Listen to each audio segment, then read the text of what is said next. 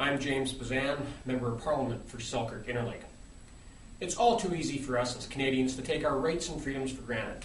But when we hear, day after day, about terrible atrocities committed by a cruel dictatorship overseas, it's our responsibility to stand up, speak up, and take action.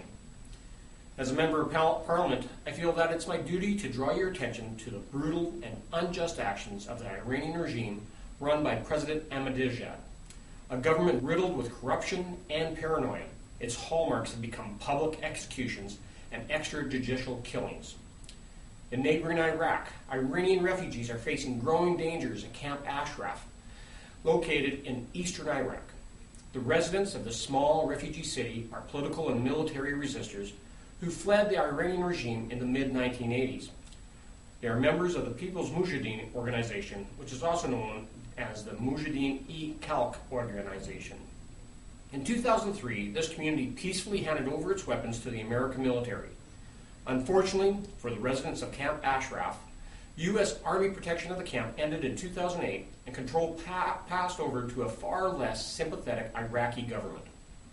Today, the residents of Camp Ashraf are subject to sporadic but deadly attacks by Iraqi secret police. The government of Iraq has allegedly threatened to forcibly repatriate these people to Iran, where public hangings and merciless torture would surely await them.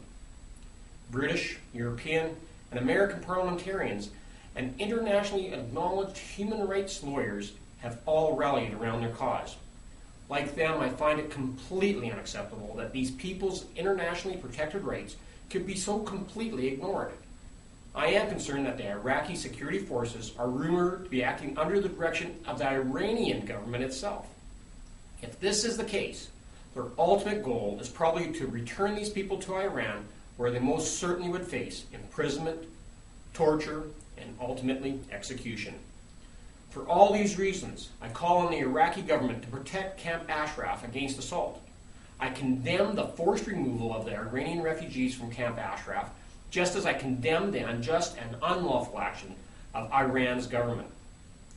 The suppression and criminalization of public dissent in Iran is equally disturbing for us as Canadians. The Iranian regime is known for covering up the mass murder of protesters and torturing those who publicly disagree with its agenda. In January alone, there were 65 executions. People like Hossein Khazari and Jafar Kazemi were among the recently executed and are just the newest in a long line of courageous activists who chose to speak out. Their government's answer was violence.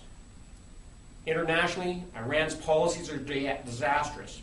The regime has been deliberately destabilizing force in the region, shattering the possibility for peace and spawning terror whenever it can. The global community must continue to put pressure on the Iranian regime by using economic sanctions. The Government of Canada, under the leadership of Prime Minister Stephen Harper, has been at the forefront on sanctioning Iran. A few months ago, I asked Canada and the world to go one step further and stop all oil sales from Iran. Oil revenues represent 85% of the Iranian government's budget. I urge the Iranian government to make serious changes. An honest democratic process and respect for civil and human rights must be made the highest priority for any fair nation. At the same time, Iran must release all its political prisoners and put an end to all executions. All Iranians should know this. The government and people of Canada see what is happening in your country.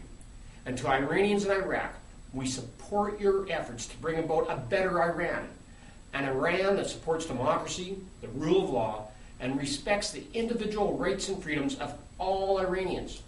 We will not accept President Ahmadinejad and the Iranian regime's cruel actions, and we will never be silenced in speaking out against them.